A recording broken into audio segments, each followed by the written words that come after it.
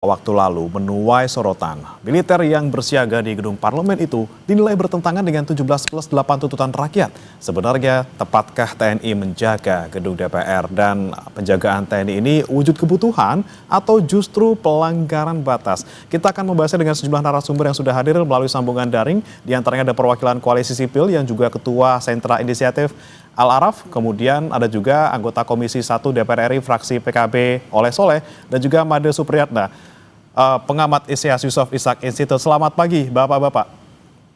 Pagi, Mas.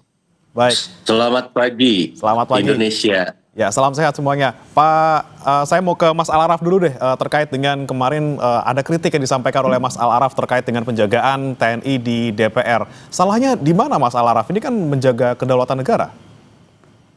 Pertama, secara konstitusional, otoritas yang berhak melibatkan dan mengerahkan militer itu hanya dari presiden, bukan Menteri Pertahanan. Jadi kesalahan pertama adalah otoritas yang mengerahkan dilakukan oleh Menteri Pertahanan dengan menempatkan militer di gedung parlemen. Itu satu hal, karena dalam konstitusi kita, presiden adalah penguasa kekuasaan atas angkatan darat, laut, dan udara.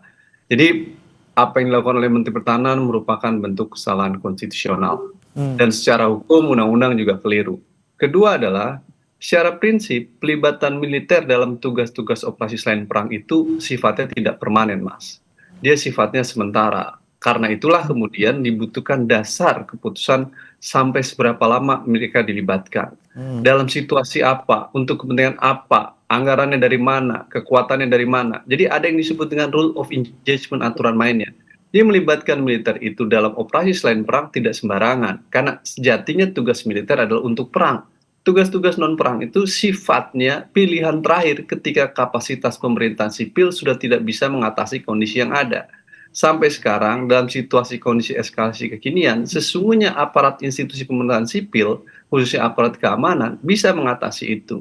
Konsekuensinya, tugas-tugas TNI sebagai alat pertahanan negara belum boleh masuk. Ketika dia masuk, sifatnya sangat berlebihan. Karena pelibatan militer itu tidak bisa dilakukan secara begitu saja. Harus dihitung tentang eskalasinya, kepentingannya. Pilihannya merupakan pilihan terakhir ketika kapasitas sipil sudah tidak bisa mengatasi kondisi yang ada. Sampai hari ini kapasitas sipil bisa mengatasi situasi yang ada gitu. Nah, ini sesuatu yang sangat berlebihan dan tidak proporsional. Dan lagi-lagi problem utamanya adalah otoritas yang melibatkannya keliru dan salah. Bukan Menteri Pertahanan, tapi harusnya dilakukan oleh Presiden. Itu, Mas. Oke, baik.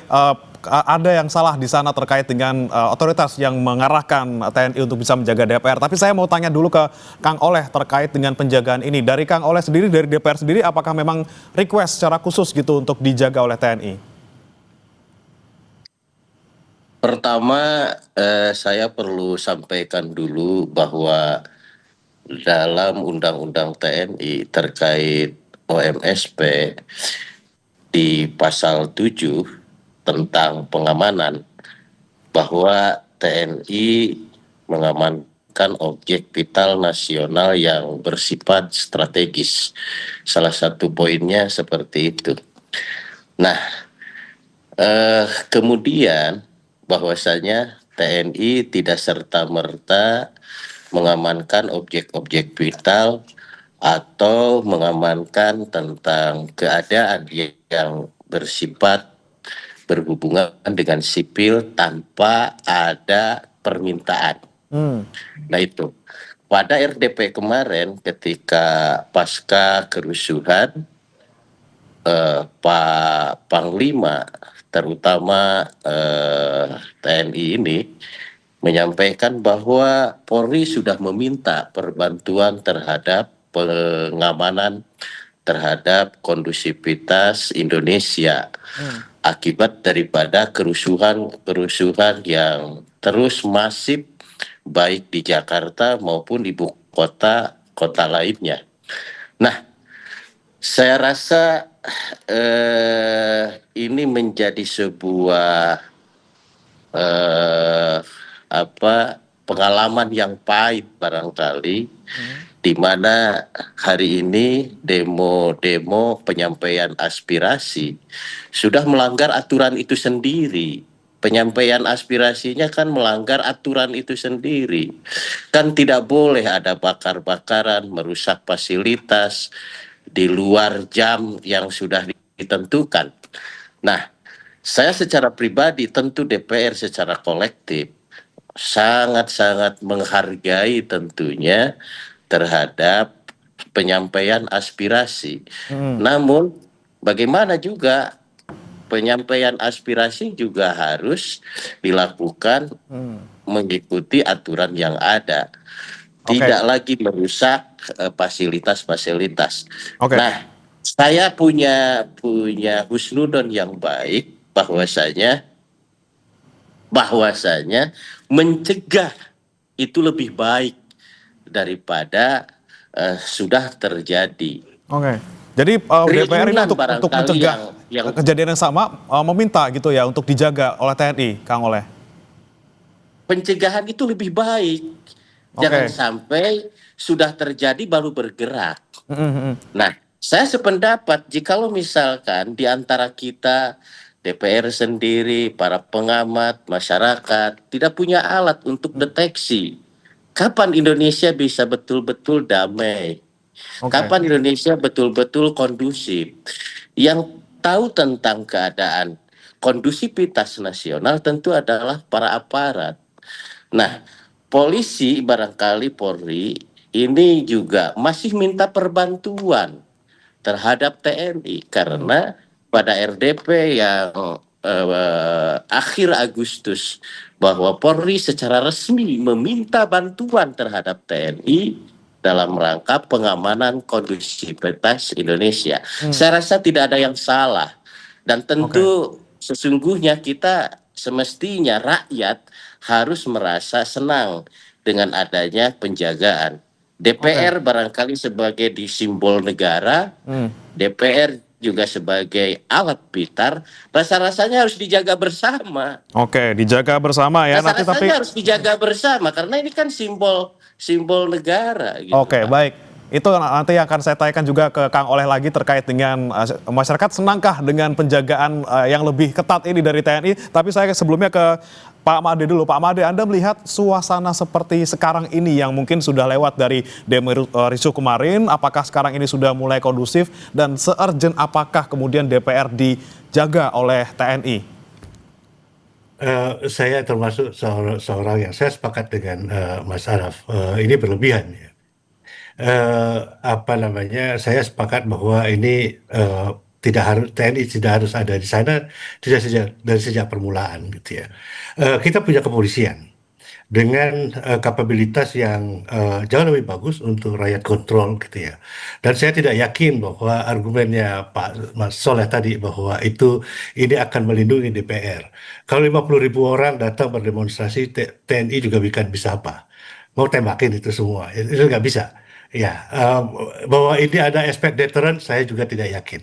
Ya, bahwa ini akan mencegah orang untuk menyampaikan aspirasi.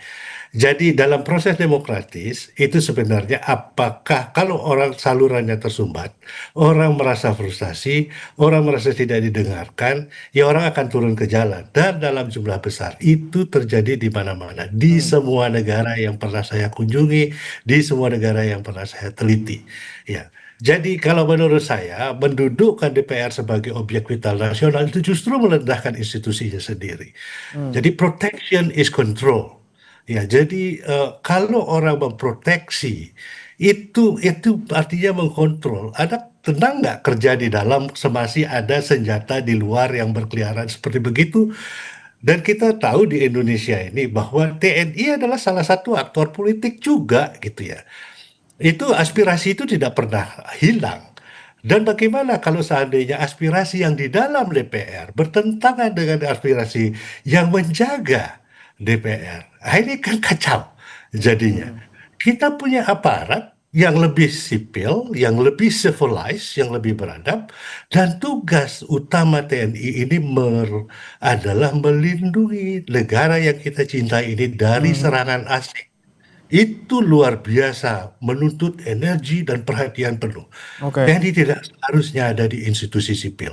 Oke, Pak Made, tapi terkait dengan pernyataan tadi Mas Al-Araf terkait siapa yang kemudian menginstruksikan, ini kan Menhan, bukan Presiden. Ada yang salah di sana? Juga secara prosedural saya setuju dengan Mas Al-Araf gitu ya. Kalau presiden pun juga sebenarnya juga bisa keliru. Kalau presiden mendudukan di sana berarti secara konstitusi dia itu sudah jelas diatur dalam konstitusi. TNI bertugas untuk pertahanan negara, mempertahankan kedaulatan negara ini. Dari mana? Dari ancaman asing, bukan dari rakyatnya sendiri. Itu tugas polisional. Ya, itu harus dilakukan oleh polisi. Nah, kalau presiden sendiri tidak taat pada konstitusi, lalu langkah apa yang harus diambil? Kemudian apa namanya? Bagaimana pertanggungjawabannya? Ya, pertanggungjawabannya selalu pada konstitusi. Kalau menurut saya sepakat betul dengan itu. Oke, baik. Saya mau ke Mas Al-Araf lagi. Mas Al-Araf, ini kan TNI menjaga DPR, tadi katanya ada permintaan bantuan dari Polri gitu ya, karena mereka mungkin merasa seperti sedang dipojokkan dalam situasi kemarin setelah kejadian Afan Kurniawan ditabrak. Anda melihatnya perlukah memang TNI turun, padahal di sana masih ada polisi yang sejatinya adalah tugas mereka ya menjaga untuk keamanan di dalam negeri seperti itu? Ya, jika benar yang disampaikan Pak Soleh, kalau kita masih belum melihat tentang hal itu, kejelasannya kan itu disampaikan Pak Mas Soleh ya, maka bukan Menteri Pertahanan lagi-lagi Mas, itu bisa dilakukan oleh Presiden kalau polisi meminta perbantuan. Ya, Presiden lah yang memiliki otoritas untuk itu, bukan Menteri Pertahanan. Lagi-lagi, jadi sebagai wakil rakyat, seharusnya Pak Soleh mengkoreksi bahwa Menteri Pertahanan keliru, gitu loh. Karena berdasarkan Undang-Undang TNI 3 2025 yang baru, Mas Soleh yang membuat kekacauan itu di dalam Undang-Undang TNI 34 2004 yang lama, pelibatan operasi selain perang itu harus melalui keputusan politik negara. Dihapus sama anggota DPR. Saya katakan dalam RDPR jangan dihapus pasal itu karena itu aturan main supaya ada legitimasi. Kalau ada kepentingan maka yang berhak untuk mengerahkan hanya presiden. Tapi kan dihapus sama DPR lalu kemudian dirubah menjadi peraturan pemerintah. Sekarang peraturan pemerintah tidak ada sehingga yang terjadi cek kosong. Oleh karena itu ketika Undang-Undang TNI kekosongan memang mengatasi objek vital diatur dalam Undang-Undang TNI, tapi bagaimana pelibatannya diatur melalui PP di Undang-Undang yang baru. PP-nya belum dibuat, itu yang saya katakan DPR dan pemerintah membuat cek kosong dan hari PP belum ada. Ketika itu tidak ada, lalu diatur di mana? Konstitusi, yakni Presiden sebagai penguasa Angkatan Darat, Laut, dan Angkatan Udara. Konsekuensinya, kalau ada permintaan polisi, benar kalau misalnya dikatakan oleh Mas Soleh tadi, gitu, meski saya meragukan tentang hal itu dalam situasi sekarang loh ya, karena situasi sudah kondusif, maka presiden membuat keputusan presiden untuk tujuan apa, berapa lama, kepentingan apa, nanti publik akan menilai apakah presiden rasional atau tidak, ataukah presiden berlebihan. Kalaupun keluar dari presiden, saya setuju sama Bli Made, dalam konteks hari ini keputusan presiden tersebut tidak proporsional dan berlebihan, karena situasi sekarang dalam situasi kondusif. Saya rasa apa yang disampaikan 17+8 itu sangat baik, Mas. Mereka ingin agar militer keluar dari wilayah sipil, militer tidak menjaga demonstrasi karena itu menempat militer seperti pada masa Orde Baru vis-a-vis dengan masyarakat. Sementara kita ingin tentara yang profesional, tentara yang menjaga kedaulatan, tentara yang fungsinya pertahanan. Kita memiliki ancaman-ancaman serius loh terkait dengan persoalan konflik Laut Cina Selatan. Jadi wakil rakyat dan pemerintah jangan narik-narik militer ke wilayah-wilayah yang bukan tugas dan fungsinya, akhirnya memperlemah profesionalisme mereka itu sendiri gitu. Kita harus menghadapi persiapan kemungkinan perang dalam situasi dan kondisi tertentu, bukan menempatkan mereka dalam menghadapi masa aksi. Yang harus kita lakukan bagaimana menghadapi ancaman perang dengan negara lain. Tugas parlemen harusnya mengkoreksi tentang kesalahan itu, bukan membiarkan hal ini. Ini catatan saya, Mas. Buat saya sih, kalau DPR takut ya tentang demonstrasi yang ada, itu menunjukkan ada soal di dalam tubuh Dewan itu sendiri. Kalau mereka tidak takut, maka mereka akan membiarkan ruang partisipasi yang ada. Kalau tadi dikatakan kerusuhan, saya rasa yang dilakukan masyarakat kemarin adalah protes sosial akibat kenaikan gaji Dewan. Itu soal pokoknya, sehingga mereka protes dan itu normal. Kalau kemudian ada yang melakukan tindakan kerusuhan, tadi katanya penjarahan, kata anggota Dewan. Pertanyaannya siapa yang melakukan itu? Mari kita baca laporan Tempo. Siapa yang bermain dalam kerusuhan dan penunggang itu? Nah ini yang menjadi soal. Jangan nanti yang menjaga juga kemudian menjadi bagian masalah dalam konteks tekanan massa. Ini masalah. Baik. Saya tanyakan ke Kang Oleh, benar ini DPR sebenarnya lagi takut untuk menghadapi gejolak yang disampaikan oleh rakyat, dan tadi ada juga poin soal 17+8 yang isinya soal tarik kembali TNI ke barak, kemudian jangan luaskan wewenang TNI di sipil. Ini seperti apa nih kabarnya, Kang Oleh? Kan sudah ada tuntutan yang disampaikan kemarin untuk hal ini. Yang harus dicatat bersama bahwasanya substansinya pemerintah, DPR, dan juga pembantu-pembantu presiden dalam hal ini tidak menutup saluran aspirasi. Semua apa yang disuarakan oleh rakyat, DPR sudah mendengar, DPR sudah memperbaiki, pemerintah juga sudah sedang dan akan memperbaiki. Tidak ada saluran aspirasi, baik yang di jalan, melalui surat, di podium-podium, tidak ada. Tidak ada. Substansinya adalah apa yang disampaikan oleh Bapak semua adalah bagaimana agar saluran aspirasi ini, satu bisa diterima, dua bisa dilaksanakan sesuai dengan tuntutan.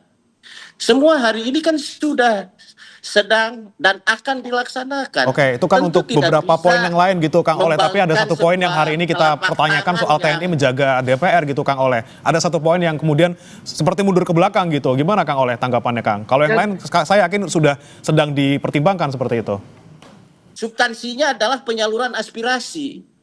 Kalau soal pengamanan, negara wajib untuk mengamankan semua objek vital. Nah, jangan dibuat opini seolah-olah DPR tidak mendengar, pemerintah tidak mendengar, dan ada opini seolah-olah ketakutan. Kan semua apa yang dituntut, apa yang diminta sudah kami respon dengan baik. Dan dipublikasi dengan transparan. Tidak ada yang ditutup-tutupi hari ini. Kalau misalkan objek-objek, simbol-simbol negara diamankan, selamat dari oknum-oknum yang melakukan perusakan-perusakan. Saya tidak melihat siapa itu yang merusak. Enggak. Dan kita juga tidak bisa menyalahkan siapa kalau saya secara pribadi. Tetapi pada substansi perusakan objek vital adalah melanggar hukum. Dan saya berpendapat bahwasanya mencegah lebih baik daripada sesudah terjadi. Oke, mencegah lebih baik, tapi apakah Kang Oleh sudah mengidentifikasi ada ancaman-ancaman yang mungkin tidak terlihat di publik? Orang-orang lihatnya kondusif, tapi ternyata di belakang ada loh ancaman-ancaman tersebut. Sudah ada yang diidentifikasi, Kang Oleh? Saya sampaikan bahwa kita tidak tahu pada kondisi ini, karena kita tidak punya alat untuk mendeteksi. Apakah kita juga ikut joget-joget ketika ada penjarahan? Ini bagaimana, Pak? Apakah itu juga tidak menjadikan kesakitan bagi kelompok yang lain? Atau mungkin malah tepuk tangan bagi orang-orang yang suka terhadap kerusuhan?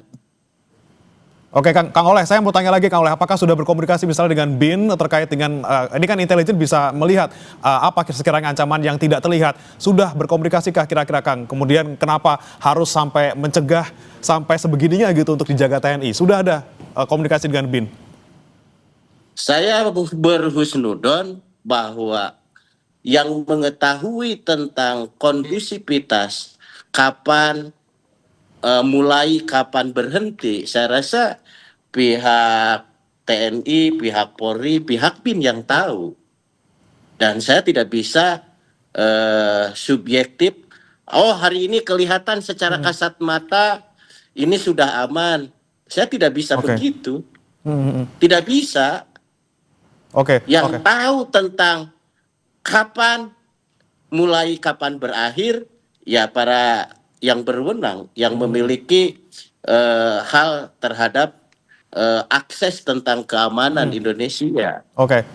Baik. Kang Oleh, saya mau ke Pak Made. Pak Made, ini terkait dengan penjagaan TNI di DPR, emang polisi nggak mampu atau sekarang polisi lagi posisinya terdesak gitu ya karena citranya sedang turun gara-gara satu kejadian di demo kemarin, perlukah sampai kemudian TNI menggantikan dalam tanda kutip polisi untuk mengamankan objek sipil di DPR seperti itu? Itu tugas polisi ya, dan bukan karena tidak mampu, karena tidak dimampukan, karena tidak dipakai gitu ya. Karena dalam ini ada politik di dalam persoalan ini gitu ya. Kalau kita lihat perlengkapan polisi dan anggarannya luar biasa besar, keterampilannya juga dalam riot control itu ada ilmunya ya. Riot control ada ilmunya. Anda lihat kalau ada ke Inggris misalnya, polisi-polisi mereka tidak bersenjata, mereka bisa menghandle ratusan ribu orang secara damai. Karena apa? Karena tidak ada konfrontasi. Ya, nah, mereka tahu persis bagaimana caranya mengatasi. Ya, polisi-polisi kita juga tahu seperti itu, tetapi mereka tidak laksanakan. Ya, bagaimana caranya menghadapi konfrontasi, bagaimana menghadapi emosi massa dan lain sebagainya itu ada. Tetapi ada satu catatan saya. Kelihatannya bahwa memang Dewan itu memang tidak mau ada rakyat di dalamnya dan memang takut. Takut terhadap rakyat sendiri. Mas Soleh itu ada. Jadi begini Pak ya, saya ingatkan tahun 98. Ya, Anda itu di sana karena tahun 98 ini. Ya, dan ketika rakyat datang ke situ duduk di atas kubah DPR. Ya, itu tidak perlu ditakutkan. Itu aspirasi yang normal. Kalau rakyat diterima secara normal, kalau Anda berlaku sebagai check and balances dari pemerintah, Anda mempertanyakan kemana uang, kenapa sekarang hidup rakyat susah, kemana uang 400 triliun untuk operasi merah putih itu, apakah akan berlangsung? Dan Anda pertanyakan terus dan terus kemudian membuat studi yang baik tentang itu, membuat counter policy tentang itu, rakyat tidak akan marah. Ya. Apalagi juga persoalannya ini ada di DPR sendiri. Ketakutan, saya setuju benar dengan Mas Araf bahwa ini ketakutan yang luar biasa, takut menghadapi cermin karena Anda adalah cerminan dari rakyat. Anda takut menghadapi cermin Anda sendiri, Pak. Seluruh anggota dewan. Oke. Ya. Jadi orang marah, Anda harus pahami, Pak. Orang marah terhadap Anda dan institusi Anda yang Anda wakili. Itu luar biasa. Oke. Dan solusinya tidak dengan mendudukkan TNI di sana.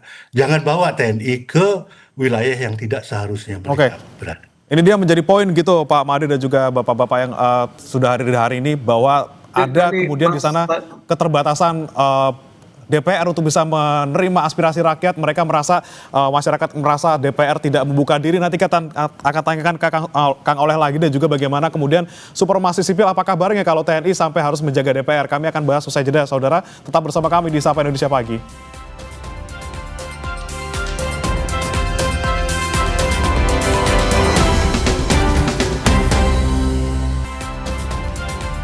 Anda masih bersama kami di Sapa Indonesia Pagi. Saudara, masih terkait dengan penjagaan TNI di DPR. Apakah melanggar batas? Saya mau ke Mas Al-Araf. Mas Al-Araf tadi kan disampaikan oleh Pak Made terkait dengan penjagaan TNI di DPR ini kan kalau misalnya semakin dijaga gitu, suara rakyat dalam tanda kutip merasa semakin dibungkam. Ini DPR seakan-akan pagarnya semakin tinggi. Anda melihatnya seperti apa, Mas Al-Araf? Ya, pertama, tuntutan rakyat dalam 17+8 itu, poin pertamanya Mas Soleh kalau baca adalah meminta agar pemerintah dan DPR menarik militer untuk tidak lagi terlibat di wilayah sipil dan kembali ke bara. Itu tuntutan pertama 17+8 yang dituangkan oleh teman-teman gerakan masyarakat dan banyak tuntutan lainnya. Jadi kalau tadi dikatakan parlemen dan negara sudah mengakomodasi tuntutan rakyat, yang mana justru berlawanan dengan tuntutan rakyat. DPR, pemerintah justru melibatkan militer jaga gedung DPR, padahal itu tidak dikehendaki oleh rakyat.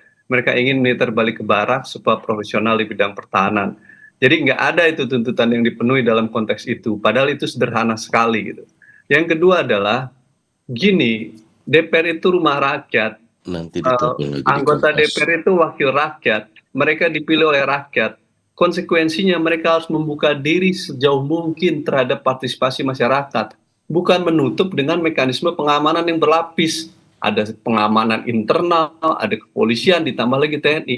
Pertanyaannya, apa yang ditakuti dari protes sosial yang dilakukan oleh masyarakat? Seharusnya tidak ada yang ditakuti kalau memang DPR-nya baik, DPR-nya benar. Soalnya adalah masyarakat mengabar DPR tidak baik. Meminta kenaikan gaji, tunjangan, lalu kemudian persoalan pembahasan undang-undang yang dicurigai oleh masyarakat penuh dengan transaksi politik dan lain sebagainya. Jadi berbagai lembaga survei menunjukkan indeks terhadap DPR itu rendah. Itu bukan sesuatu yang saya omongkan, itu fakta yang disampaikan berbagai lembaga. Dalam konteks itu wajar jika ada protes sosial ke DPR. Nah, ketika itu terjadi, Anda harus membuka diri, bukan menutup dengan pengamanan yang berlapis-lapis. Ya, Oke. dalam konstruksi negara demokrasi seharusnya parlemen melihat protes sosial masyarakat adalah kekayaan demokrasi yang harus ditampung, bukan kemudian takut terhadap protes sosial itu. Ini yang menjadi masalah dalam konteks kita kekinian. Yang Gimana? ketiga tadi kata bahasa Mas Soleh tentang mencegah, Mas, ya, itu bahasa dalam konstruksi rezim negara mahstatu, negara kekuasaan, bukan dalam rezim negara hukum gitu. Dalam rezim negara kekuasaan, setiap protes, masa aksi selalu dianggap sebagai ancaman, sehingga negara membangun apa yang disebut dengan politik of fear, tuh, politik ketakutan, seolah-olah dengan melibatkan militer nanti masyarakat takut, masyarakat tidak demo dan lain sebagainya. Jadi buat saya buat apa? Tanpa militer pun ada militer pun mereka tetap akan melakukan protes sosial. Tapi pelibatan militer itu yang diinginkan oleh kekuasaan adalah membangun politik ketakutan itu. Saya rasa masyarakat tidak akan takut dalam persoalan itu. Justru ini akan menjadi bumerang sendiri bagi perlawanan-perlawanan masyarakat. Oke. Ketika masyarakat ingin melakukan protes sosial, justru dihadapi dengan upaya-upaya penutupan ruang-ruang tadi dengan mekanisme pengamanan yang berlapis. Sebagai Oke. wakil rakyat, menurut saya ini sesuatu yang tidak baik dan tidak benar. Harusnya justru dilakukan desekuritisasi, menormalisasi kondisi dengan melibatkan aparat pengamanan di DPR sendiri, plus juga kepolisian. Itu udah cukup dan lebih dari cukup. Nggak perlu melibatkan militer, tugas militer menjaga fungsi pertahanan. Itu. Ya, baik. Kang Oleh, bagaimana nih Kang Oleh? DPR kan rumah rakyat nih, kenapa kemudian kok seakan-akan pengamanannya berlapis-lapis tambah TNI lagi? Bagaimana kalau misalnya mereka ngerasa dibungkam suaranya, semakin membludak nanti, malah justru semakin tidak kita inginkan efeknya seperti itu ke depannya? Kang Oleh? Kang Oleh bisa mendengar suara kami? Audio bisa dibuka, Kang Oleh? Suara di saya gak kedengeran. Oke, kalau sekarang bisa, Kang Oleh? Saya ulangi pertanyaan saya.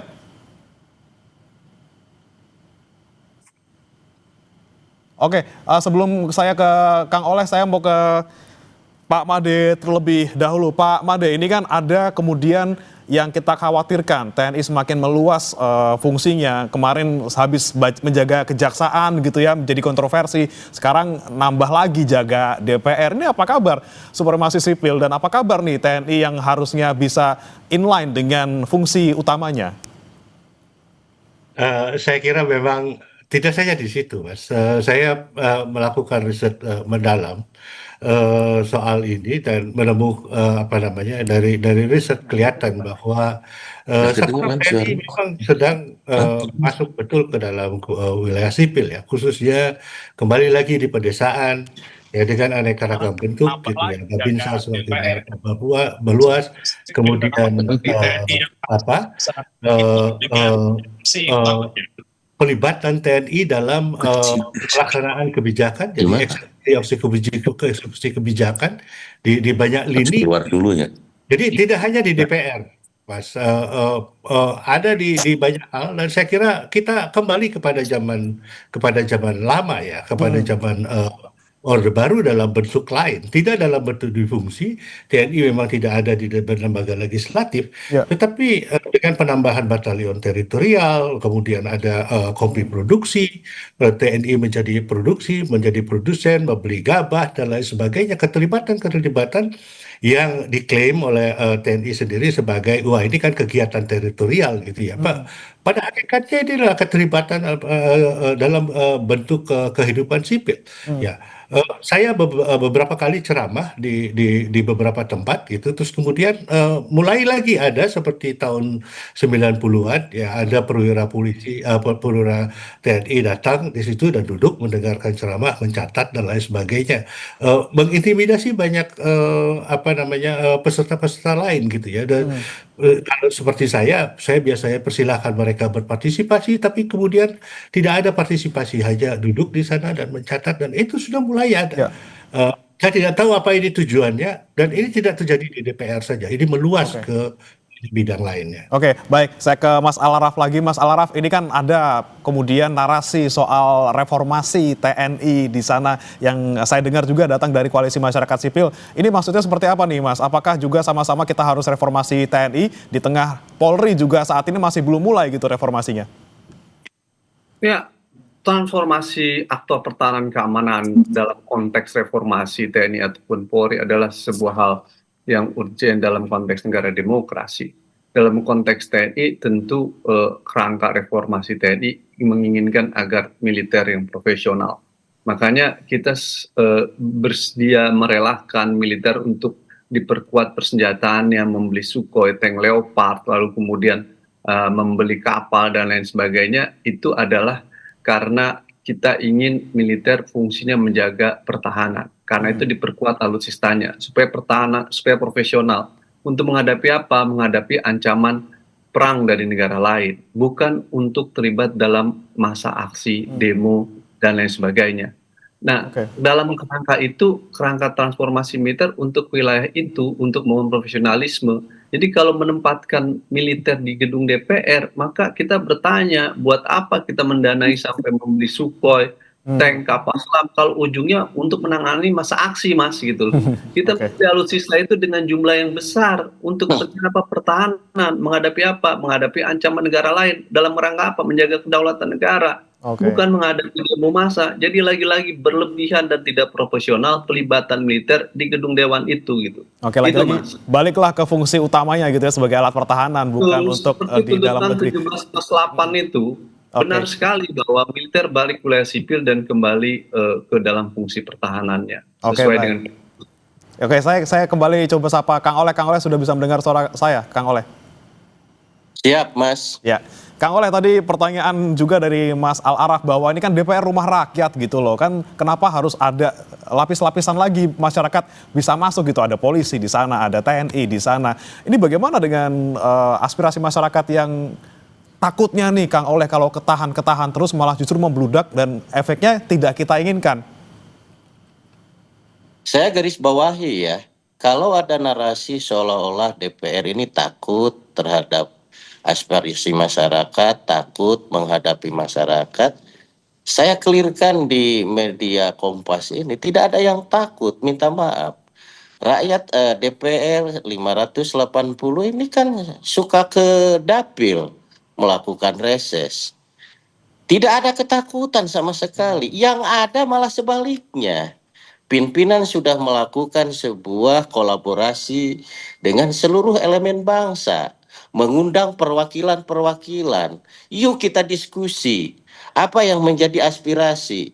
Tuntutan 17+8 kami hormati, kami sepakat. Bagaimana agar itu bisa diwujudkan. Kan seperti itu. Reformasi DPR RI sudah dilakukan.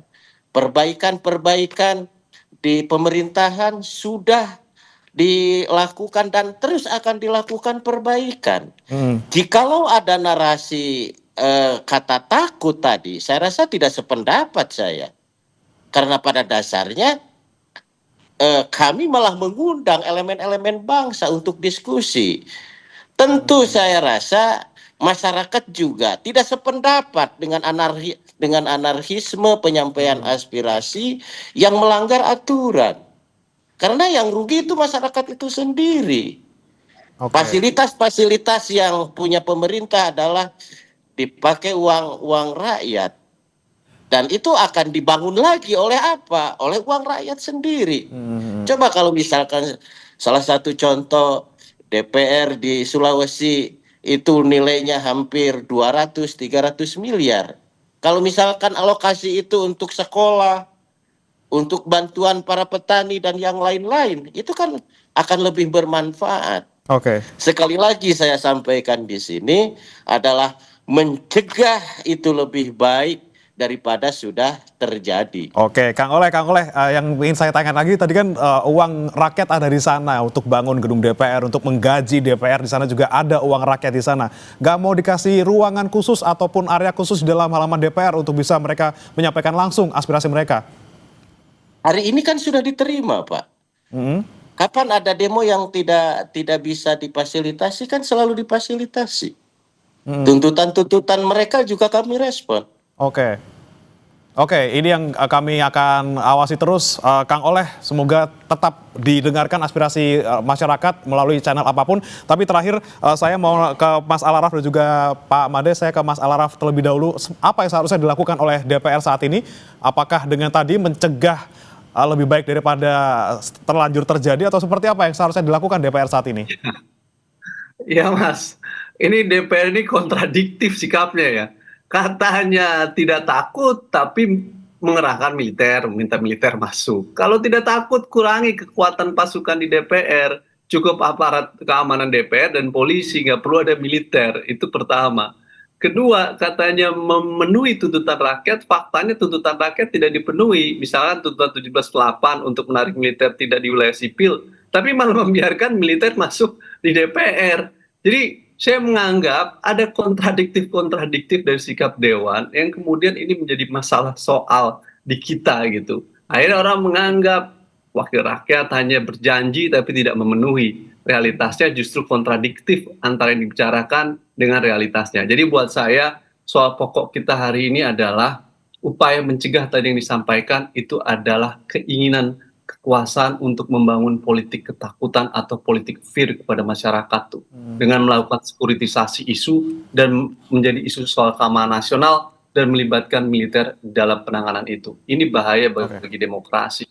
Nah, oleh karena itu ini harus segera dikoreksi karena otoritas untuk persoalan ini ada di Presiden bukan di Menteri Pertahanan dalam mengerahkan kekuatan militer, dan DPR harus mengkoreksi. Terakhir Mas, kalau tadi berkali-kali dikatakan kerusuhan dalam gedung DPR, saya minta harusnya DPR meminta kepada Presiden segera membentuk tim mencari fakta. Mari kita ungkap, kita bongkar semuanya nih. Siapa yang melakukan tindakan kekerasan dan kerusuhan itu secara benar. Buat TPF yang benar, yang independen. Presiden bentuk tim yang investigasi yang independen. Itu kan yang dituntut oleh 17+8 juga. Mari kita cek siapa sesungguhnya yang bermain. Karena saya yakin apa yang dilakukan oleh masyarakat sesungguhnya adalah kemarahan dan protes sosial. Yang melakukan kerusuhan dan kekerasan adalah penumpang gelap. Mari kita bentuk tim TPF. DPR harusnya mendorong ke pemerintah. Kalau tidak berani membentuk tim TPF itu, saya rasa justru masyarakat menduga jangan-jangan yang bermain ini bukanlah masyarakat, tapi dalam level yang lebih tinggi gitu. Oke, baik. Terakhir ke Pak Made, saya singkat saja Pak Made, apa yang harusnya dilakukan sekarang? Apakah harus ditarik pasukan dari DPR, nggak jadi jaga lagi DPR atau seperti apa seharusnya? Saya kira iya, itu satu keharusan dan polisi harus mengambil alih. Polisi itu tuh dananya gede betul, 170-an triliun. Ya, ini dana yang luar biasa besar dan kita tidak mau mereka tidak kerja. Perlengkapan mereka cukup jauh lebih dari cukup. Mereka punya segala-galanya, lebih dari militer, dan mereka punya otoritas untuk itu gitu ya. Dan yang terakhir, yang saya kira yang perlu dipahami, sangat perlu kita pahami di sini adalah demonstrasi secara damai maupun kadang-kadang ada kekerasan. Demonstrasi dan kerusuhan itu berbeda. Riot, tidak ada semua orang berani membakar kantor polisi. Orang lewat di depan kantor polisi aja orang takut kok. Ya, tidak ada rakyat sipil berani membakar kantor polisi. Kalau ada orang berani membakar kantor polisi dan polisi tidak bereaksi, siapa yang membakar? Itu pertanyaan pertama. Pertama yang harus dijawab. Dan siapa yang membakar ini? Dan ini kemudian yang menjadi pertanyaan. Dan mengapa DPR tidak pernah mempertanyakan ini? Mengapa DPR tidak pernah bisa membedakan antara demo, penyampaian aspirasi dengan kerusuhan? Itu dua hal yang sangat berbeda. Ya. Dan itu harus dipahami. Oke, bedakan antara kerusuhan dan juga demonstrasi. Lagi-lagi kerusuhan kita tidak ingin, kita harus cegah semuanya, jangan sampai terjadi. Tapi juga jangan sampai ada narasi politik. Pelakunya berbeda, Mas. Oke, jangan sampai narasi membangun politik ketakutan ini kemudian beredar di masyarakat. Dan lagi-lagi yang paling penting kita nantikan bersama adalah kita tangkap siapa dalam kerusuhan kemarin. Terima kasih Bapak-Bapak sudah bergabung bersama kami. Ada Mas Alaraf, Pak Made dan juga Kang Oleh.